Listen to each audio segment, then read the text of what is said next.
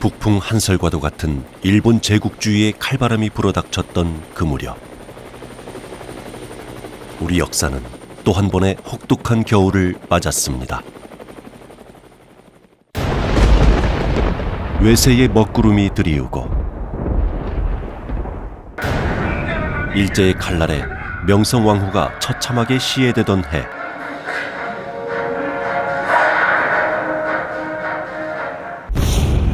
단발령까지 강제 시행되면서 전국에서 의병들이 일어났습니다.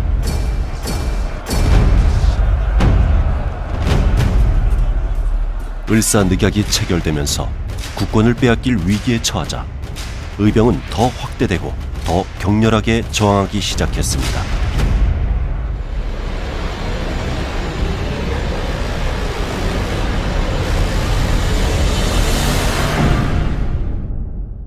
(1907년) 군대가 해산되면서 전국에 많은 의병 활동들이 일어나게 됩니다. 특히 전라도 지역을 포함한 이 광주 지역 의병들이 그 전반적인 의병 활동 중에 큰 핵심을 가지고 그 지역 안에서 나라 빼앗긴 그 모습들을 되찾기 위한 활동들이 전반적으로 진행되는 게 큰 특징이라고 할 수 있습니다.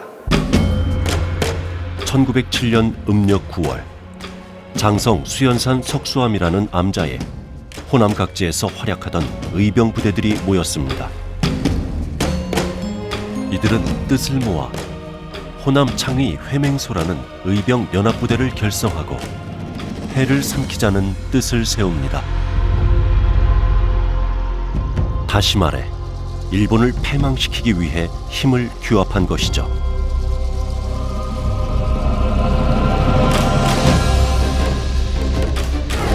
수장인 기삼년 의병장을 중심으로 연합지휘부를 조직한 호남 창의 회맹소. 이들이 기세를 떨치면서 호남은 한말 의병 전쟁을 주도하게 됩니다.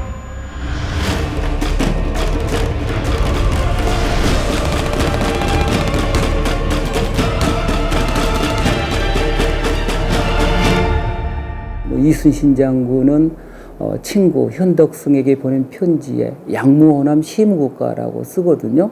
만약 호남이 없으면 국가가 없었을 것이다. 다른 지역의 의병이 수그러들 무렵인 1907년대 이후에 우리 지역은 전국 최대 의병 항쟁지가 됩니다. 국가의 지원을 전혀 받지 못하는 상황에서도 오로지 나라와 민족을 지키기 위해 목숨을 건 싸움에 주저없이 나섰던 의병들.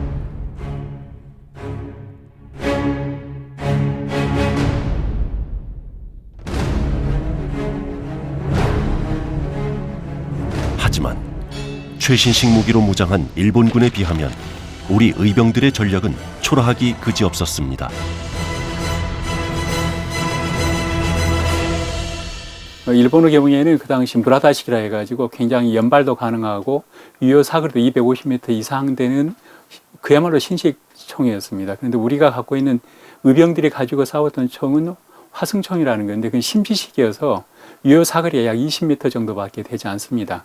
그래서 실제 그 싸움에서는 결과로만 본다면 일제의 군경이 1명 죽으면 의병은 130명 정도가 전사하게 될 정도로 굉장히 큰 열세였죠. 때는 바야흐로 1908년 4월 25일.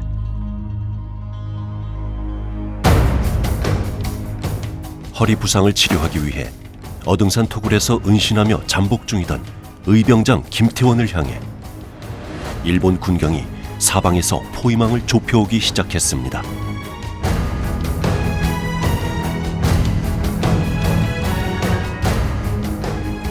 짙은 안개를 이용해 김태원 장군은 부대원 일부를 먼저 피신시켰습니다.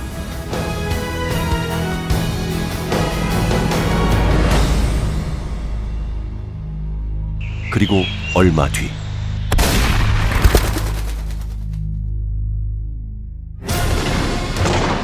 제2특설순사대라는 별도의 부대까지 편성해 진압에 나선 일제.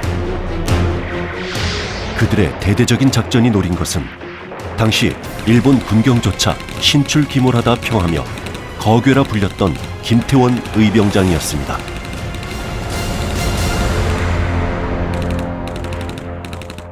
진압해야 됐던 일제 입장에서 보면은 부대가 매우 셌다든가 강했다든가 뭐 이런 부대의 장들을 뭐 의병장들을 수계 또는 거기라고 부르지 않았을까. 일본 놈들이 채 생포하려고 그랬지. 잡으려고. 그랬는데 이제 일본 놈 두 병사가 쫓아가다가 못 잡아. 그러니까 총을 쏴서 직사시켜 현장에서. 김태원 의병장과 함께 의병 김해도를 비롯한 23명의 부대원은 오후 4시 30분경부터 3시간여에 걸쳐 숨막히는 격전을 펼쳤습니다. 은신처였던 어등산 토굴 인근에서 추격을 당하던 의병장 김태원. 그를 잡기 위해 혈안이 되어 있던 일본의 총구에 포착되고 말았습니다.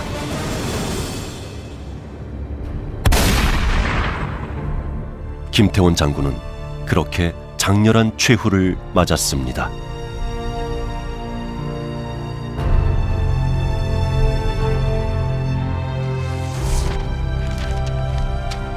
일본 제2특설순사대는 이날 어등산 전투에 대한 보고를 아주 상세한 기록으로 남겼는데요. 그 기록에 따르면 순국 당시 김태원의 옷차림은 선비였으나 소지품은 장군의 면모를 보여주고 있었습니다.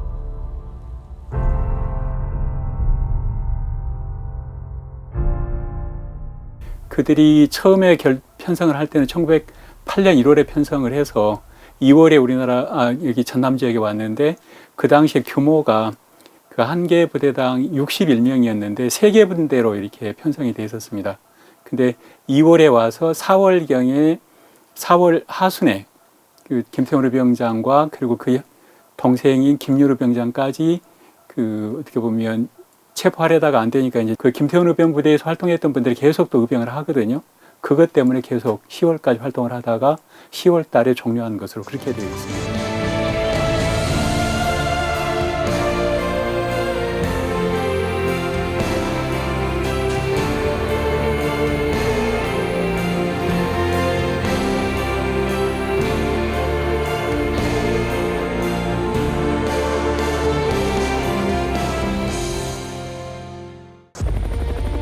광주 광산구의 진산, 어등산.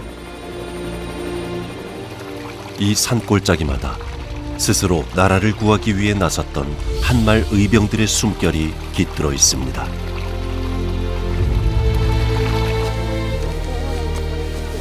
역사의 숲을 헤치고 100년이 넘는 세월을 되짚어가는 길. 광주의 역사 교사들이 그동안 잘 알려지지 않았던 한말 어등산 의병들의 발자취를 찾아 나섰습니다. 의병들이 어떤 길로 다녔을까 이런 길들도 한번 쭉 찾아보면서 그래서 이제 그 나중에 학생들한테 의병들이 이렇게 싸웠다 이런 곳에서 이런 것들 좀 알려주고 싶습니다. 역사 저편에서 가리워져 있던 어등산 의병들의 흔적이 드러나기 시작한 것은 2008년.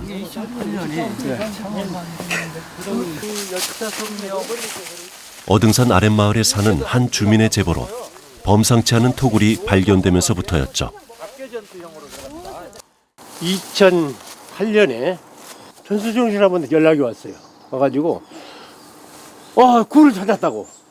한말 최대 의병 항쟁지가 우리 고장. 이때 발견된 토굴은 인근 마을에 전설처럼 전해지던 한 의병장의 부대가 잠시 피신해 있었던 은신처로 밝혀졌습니다. 되어 살아서 전해지는 것 아니겠습니까? 그래서 들어가면 공간이 굉장히 넓어요. 그래서 입구는 조그만하지만 들어가면 20-30명 정도가 거처할 수 있는 큰 공간이 나옵니다. 2008년 제보자와 이곳을 찾아왔을 때만 해도 토굴은 온통 나뭇가지에 가려져 있었습니다.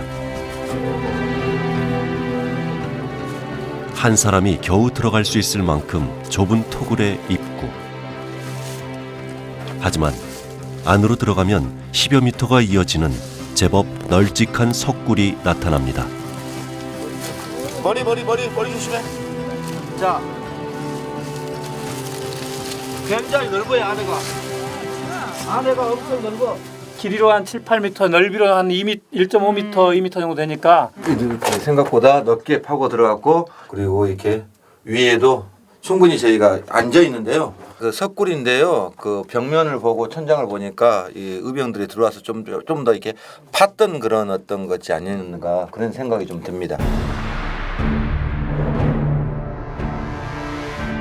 마치 굴속처럼 암울했던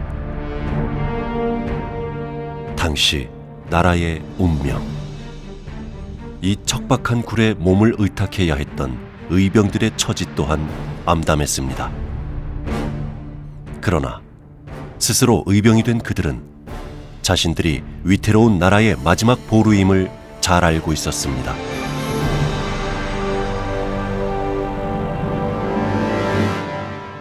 일제에 대해서 끝까지 저항해야겠다 하는 그런 마음을 갖고 이곳에서 있지 않았겠는가. 그리고 이곳에서 의병들의 어떤 그 생활이라는 것은 뭐 지금 생활보다 훨씬 어려웠을 건데 그런 어떤 결연한 어떤 의지가 아니었으면 실제 어려웠을 것이다. 그런 생각을 갖게 합니다. 후손들에게만은 이토록 평화로운 세상을 물려주고 싶었기 때문일까요? 열세에도 불구하고 의병에 투신하는 행렬은 끊이지 않았습니다. 그렇게 이어진 역사의 길. 의병장들과 관련된 길이 10개가 있어. 임진왜란 의병과 관련된 게 5개, 한말 의병과 관련된 게 5개. 그 중에 이제 가장 중심되는 게 바로 이 김태원 의병장을 기리는 죽봉로야. 자, 저기가 죽봉대로라고 쓰여 있죠? 여기가 바로 죽봉대로의 시작이에요. 멀리 어등산을 바라보며 서 있는 동상. 차렷! 자, 공격 시작! 어떤 무기보다 강했을 당시 의병들의 신념과 의지가 전해지는 듯합니다.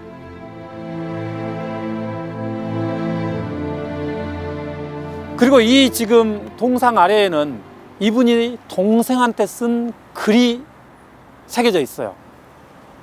1908년 2월 19일 날 동생이 의병을 일으켰다가 잠시 소강 상태에 빠져들어가. 그러니까 동생을 다시 재촉을 하는 거야. 전쟁은 죽으려고 하는 것이지 내가 살기 위해서 하는 게 아니다.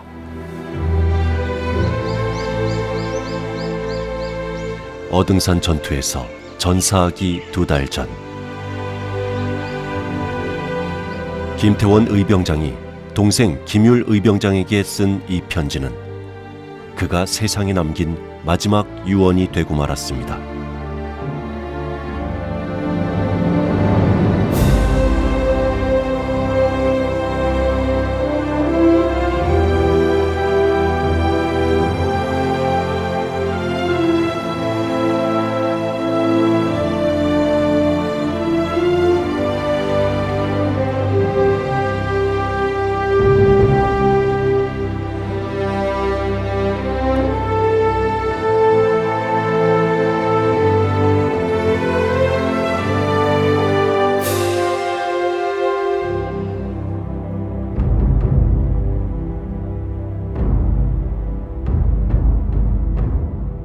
김태원 의병장이 동생 김율한테 썼던 글을 보면은 김태원 의병장이 어떻게 우리가 살아야 될 것인가를 그대로 보여줍니다.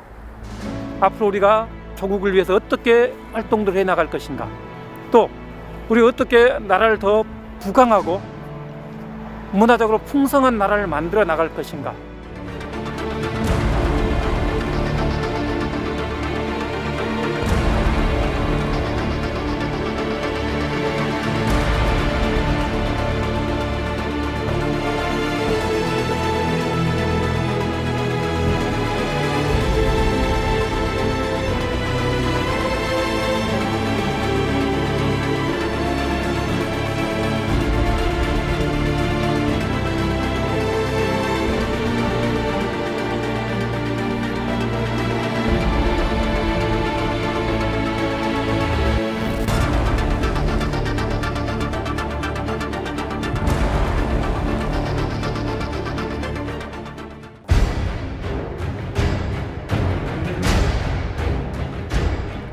총탄에 맞아 쓰러지면서도 의병진 명단을 삼켜 없애려 했던 조경환 의병장.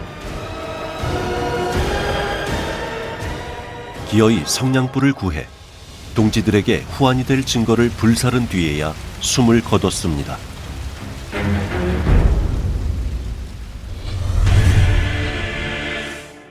가장 격렬하게 일본에 저항했던 호남 의병.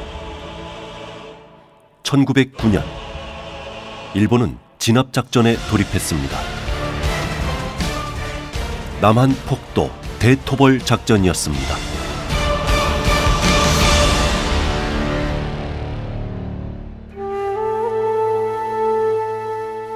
약 2개월 동안 2천여 명의 정규군이 동원된 초토화 작전. 의병과 양민을 가리지 않는 광범위하고 무자비한 학살이 자행됐습니다.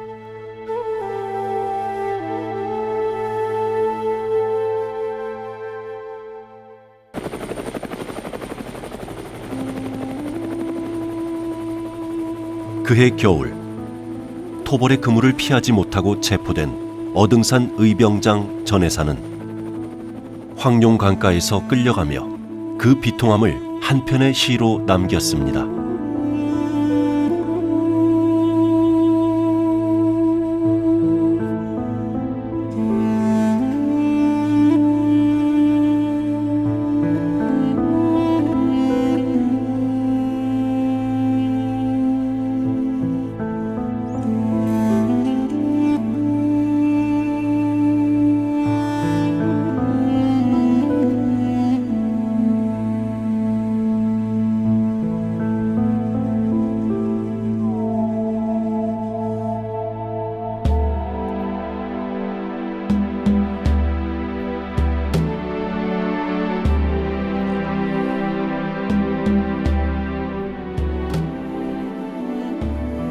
이듬해 10월 대구 감옥에 수감돼 고초를 겪으면서도 끝까지 저항했던 전해산 의병장은 결국 교수형을 당했습니다. 100명이 넘는 의병장들이 체포돼서 순국하고 또 500명이 넘는 그 의병들이 죽게 되거든요. 그러면서 이제 호남 의병이 끝을 맺게 되는데, 호남 의병의 종말은 대한제국의 이제 종말이라고 생각할 수가 있습니다.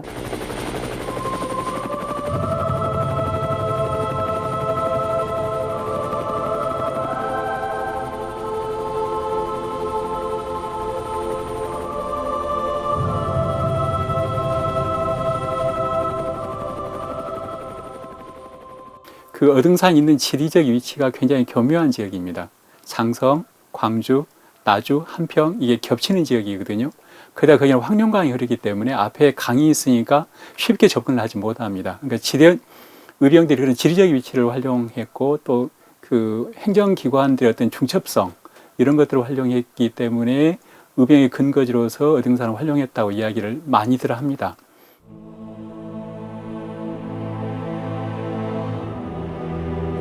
해발 338m 높이의 어등산은 그리 높지도 아주 낮지도 않은 비산비하의 산입니다. 하지만 산등성이 길어 골짜기가 굽이굽이 이어지는 어등산. 발길 닿는 곳마다 수많은 의병들의 처절했던 삶과 죽음의 역사가 새겨져 있습니다.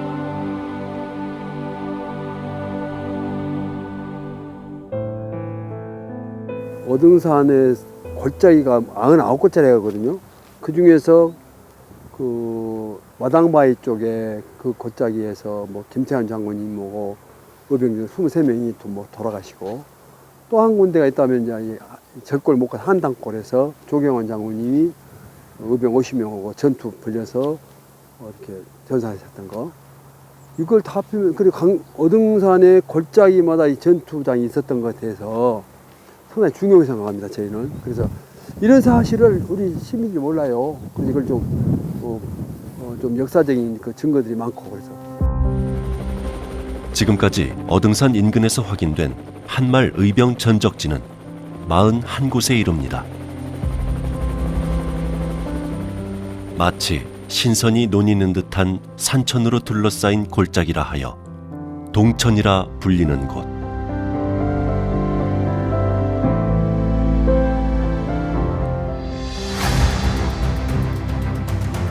어등산 자락의 3대 동천 중 한 곳인 대명동천 깊숙이 자리 잡은 나주 오시의 제각은 전해산 의병부대가 자주 주둔했던 전적지 중 한 곳입니다.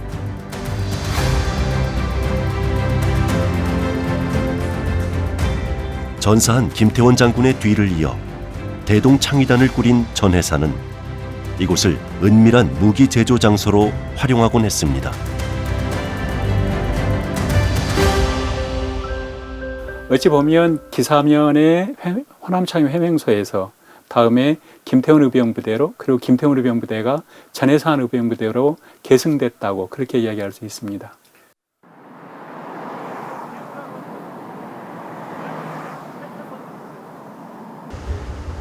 (1908년 7월부터 이듬해 5월까지) 전해산의 대동창의단은 어등산을 중심으로 유격 전술을 구사하며 일본 군경과 70여 차례나 교전을 벌였습니다.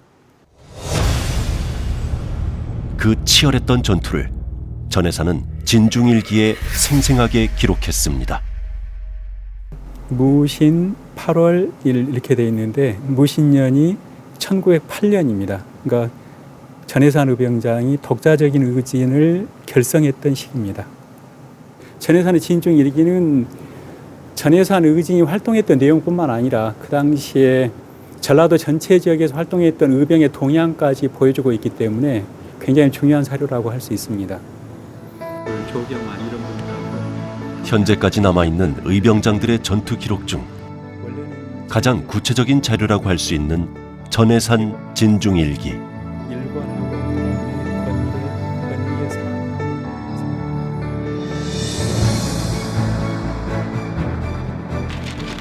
어등산 자락에서 머물며 황과 납을 구해 화약과 탄환을 만들고 작전을 수행했던 일들도 확인할 수 있습니다.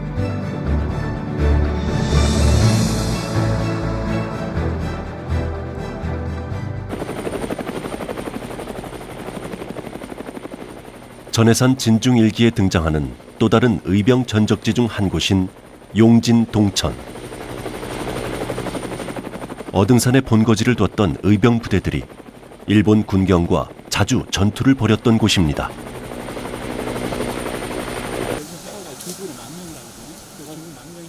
한때 이 골짜기에는 총성 대신 글 읽는 소리가 가득했는데요.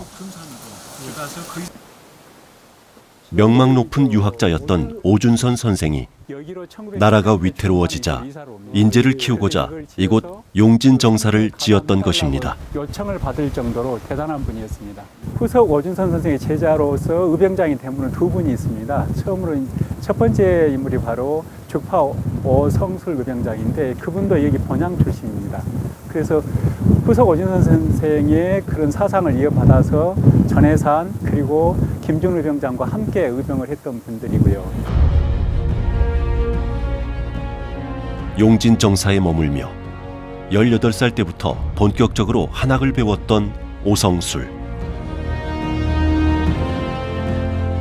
그러나 나라를 빼앗길 위기 앞에서는 더 이상 가만히 앉아 책만 읽고 있을 수는 없었습니다.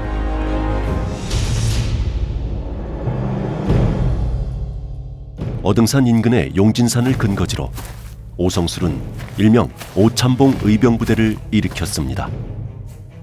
그의 부친은 전답을 팔아 군자금을 마련해 주었습니다.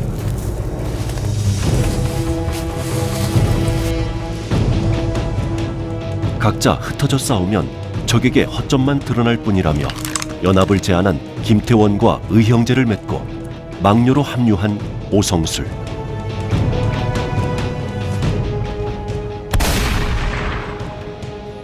일본 군경을 격파하며 많은 전투를 승리로 이끌었던 그는 1910년 26의 나이로 순국하기까지 맹활약했습니다. 어등산과 그 인근 지역이 대명동천, 용진동천, 성문동천, 동천이라는 것은 대체로 신선이 논이는 곳이라고 하지만 대체로 그곳에는 유학자들이 많이 이렇게 거주하고 있었습니다. 그런 유학자들 중심으로 의진들을 돕고 또 그분들과 함께 협력하고 그런 관계로 인해서 그 지역에 활동했던 의병장들과 다음에 그 지역의 주민들이 합심해서 항일투쟁을 전개한 것으로 이렇게 판단해 볼 수 있습니다. 세월이 흘러도 골짜기마다 선명하게 새겨져 있는 의병의 역사.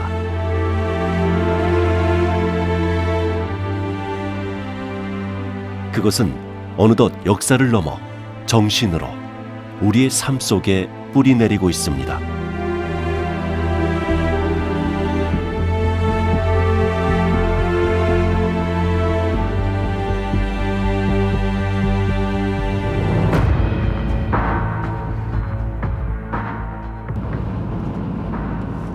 하지만 광복의 길은 멀고도 험난했습니다.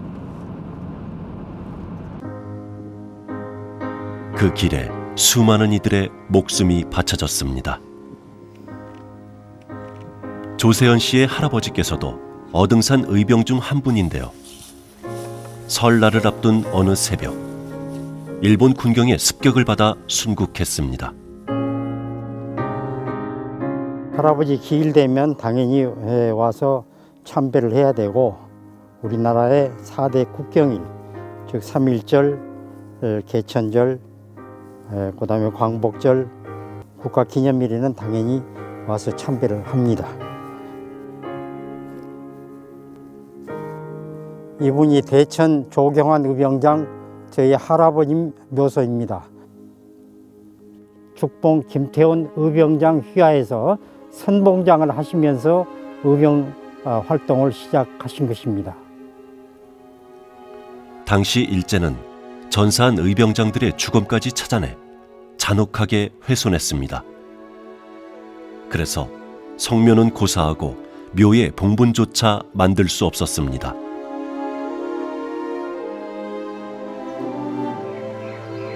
오른쪽 가슴에 연달아 2발의 총탄을 맞아 숨진 조경환 의병장.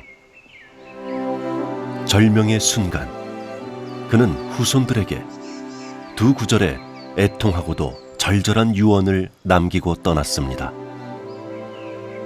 이 뜻을 풀이하면 하늘이 밝고 달빛도 환하지만 내가 죽어서 못된 귀신이 되어서라도 외놈을 섬멸하겠다. 외놈을 섬멸하지 않으면 내가 죽어서 혼백이라도 이 땅에 돌아오지 않겠다. 그렇게 구천을 떠돌았을 의병장의 원호는 수십 년 만에야 마침내 안식을 찾을 수 있었습니다. 지난 2009년 한국토지박물관은 일본의 한 경매에서 한말 의병 역사의 매우 귀중한 사료를 입수했습니다. 책으로 14권, 2000여 쪽에 달하는 방대한 기록물. 그것은 뼈아픈 역사를 담고 있었습니다.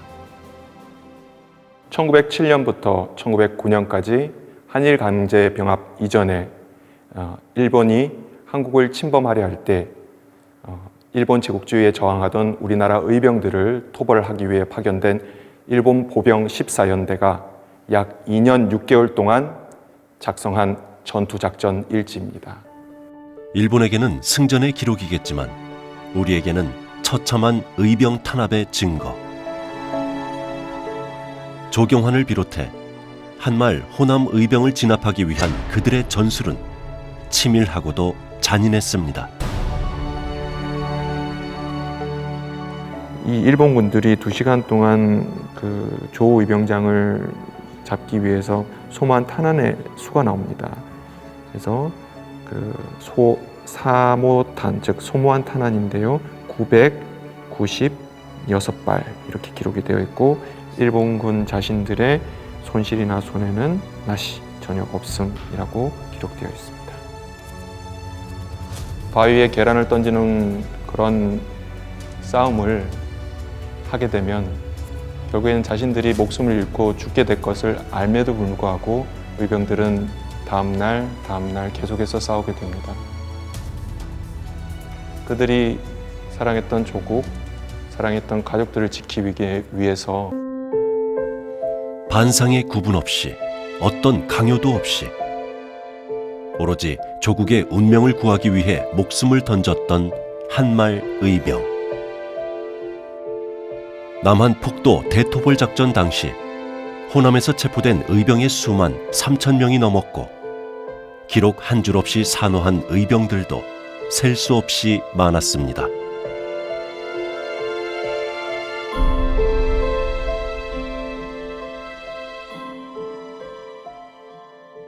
우리가 아는 것은 몇몇 의병장의 이름밖에 알지를 못합니다.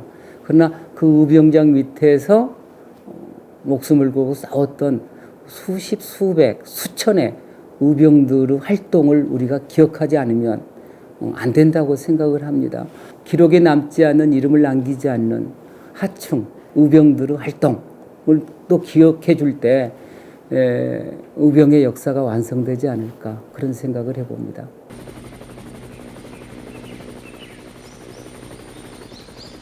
어느덧 어등산에도 110여 년의 세월이 흘렀습니다. 죽음의 길인 줄 알면서도 이 산을 올라야 했던 의병들은 떠났지만 우리는 오늘도 그 역사의 길 위에서 살아가고 있습니다. 그렇기에 그분들의 피와 땀이 스며 있는 길을 따라 어등산 의병의 후손들은 다시 산을 오릅니다. 유정이 얼굴 나와야 되니까. 어등산에서 110년 전에 산화하신 거룩한 고귀한 호남 의병 영령들을 위한 산제를 그분들이 산화한 지 110년 만에 후손들이 모여서 이렇게 지내게 됐습니다. 어등산 중턱에 처음으로 차려지는 의병들의 제사상. 김태원 의병장의 집안에서는 벌써 수십 년 전부터 명절 때마다 장군이 피살되던 전투에서 함께 전사하신 23분의 맷밥을 차례상에 올려왔습니다. 부모님이 결혼을 하니까 이렇게 지내셨다 하더라고요. 근데 그렇게 어려운 과정에서도 다 그렇게 하시고, 이제 애기 아빠가 또 우리도 그렇게 해드린 것이 도리인 것 같다고 그래가지고 처음에 시작한 것이 해가지고 이제 계속 이어왔죠. 이 산기슭에 잠들어 계실 헤아릴 수 없이 많은 의병들의 영전. 그곳에 당신들의 이름조차 다 알지 못하지만 못다 푼 한은 잊지 않겠다는 다짐을 올립니다. 진정한 광복과 민족정기 선양을 위해서 우리 후손들은 신명을 다 바치겠습니다. 부디 영면하소서. 의병들의 발자취를 기억하고 이렇듯 그 정신을 기리는 일은 그들의 희생을 바탕으로 오늘을 살아가고 있는 우리 모두의 몫일 것입니다.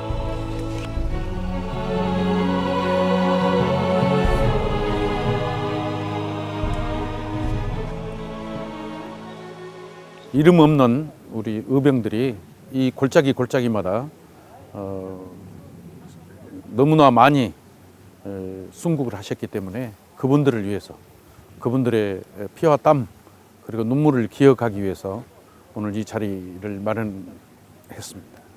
이 자리가 한말 어등산 의병의 역사가 제대로 자리매김하는 출발점이 되기를 바라봅니다. 광주정신 하면 우리가 불의를 용납하지 않는 의로움의 정신을 들거든요. 근데 이런 의로움의 정신이 어느 날 갑자기 하루아침에 만들어지는 것은 아니고요. 임진왜란 때 의병활동부터 시작을 해서 한말 의병 동학농민운동을 거치면서 광주민주화운동까지 이어지는 게 아니겠어요? 뭐 이러한 자산들은 자랑스러운 남도인들의 자긍심이고 우리 시대가 지향해야 될 어떤 보편적인 가치인 평화라든가 뭐 우리 인권이라든가 뭐 우리만이 갖고 있는 통일이라든가 나눔이라든가 배려의 정신으로 확산됐으면 좋겠다.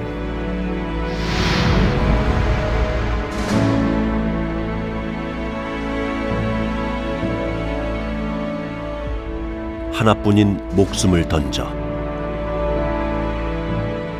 암담했던 조국의 앞길을 밝히는 수천 수만 개의 등불이 되었던 사람들, 의병.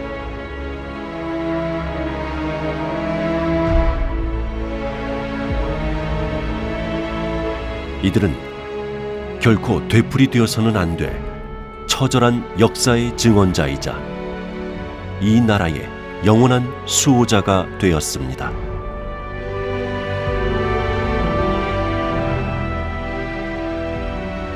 위대한 이름 의병. 이것은 우리가 나아가야 할 길을 일러주는 변치 않는 이정표입니다.